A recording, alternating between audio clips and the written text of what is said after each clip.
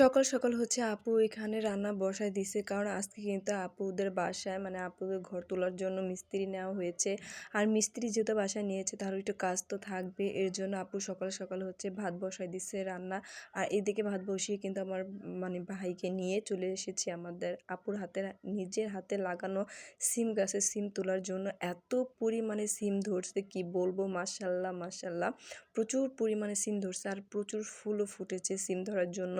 কিন্তু গাছটা এত পরিমাণে উঁচুতে বেয়ে গেছে যে সিমগুলো পাড়ার জন্য খুব কষ্ট করতে হচ্ছিল। এই জন্য ভাইকে হচ্ছে একেবারে গাছে উঠিয়ে তারপর সিমগুলো পেরে নিয়ে আসছে। আর দেখেন গাছের সিমগুলো কি সুন্দর, এত পরিমাণে সিম, গাছের সিম দিয়ে কিন্তু তরকারি খেতে খুবই মজার হয়।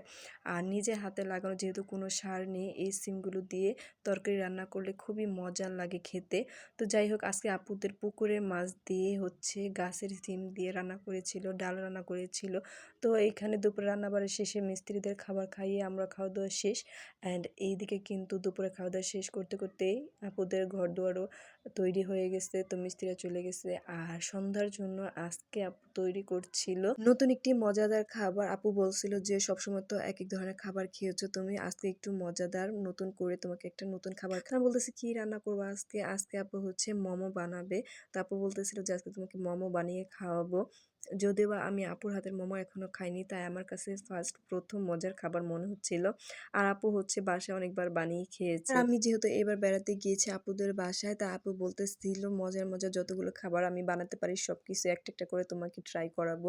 তো আজকে হচ্ছে চিকেন মোমো বানাচ্ছিল, আর মোমোটা কিন্তু খুবই সুন্দর করে আমার ভাগ্নে এখানে মানে তৈরি করতেছিল। আমি তো জাস্ট অবাক হয়ে দেখতেছিলাম। আমি এত সুন্দর করে মোমো বানাতে পারি না, আমি ট্রাই করছিলাম বাট এত সুন্দর হয় নাই।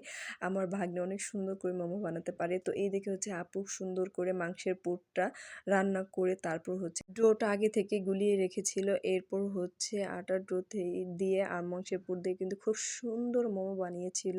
মোমোগুলো হচ্ছে বানানো শেষে রাইস কুকারে হচ্ছে সিদ্ধ বসিয়ে দিয়েছে। আর সিদ্ধ হওয়ার পর কিন্তু আপু একটু ভেজে নিয়েছিল, যেহেতু আমার সিদ্ধ করাটা খেতে তেমন ভালো লাগে না।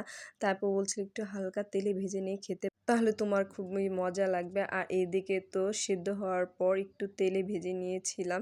আর ভাজার পর কিন্তু আমার ভাগ্নে এইদিকে একটা উপরে সসের মতন বানিয়েছিল, মানে এখানে তেল দিয়েছিল, মরিচ দিয়েছিল আর হচ্ছে সাদা তিল মনে দিয়েছিল। তো আমি জানি না সঠিক কী কী দিয়ে যেন এত সুন্দর একটা মজাদার একটা সস বানিয়েছিল। এরপর হচ্ছে টমেটো সস দিয়ে মোমোগুলো একসাথে সব নিয়ে সবাই একসাথে খেতে বসেছিলাম।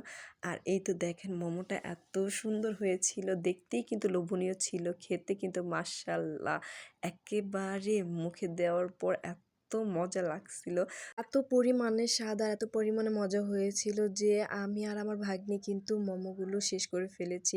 তো আজকে ভিডিওটা এই পর্যন্তই। সবাই ভালো থাকবেন, সুস্থ থাকবেন, দেখা হবে পরবর্তী ভিডিওতে। আল্লাহ হাফেজ।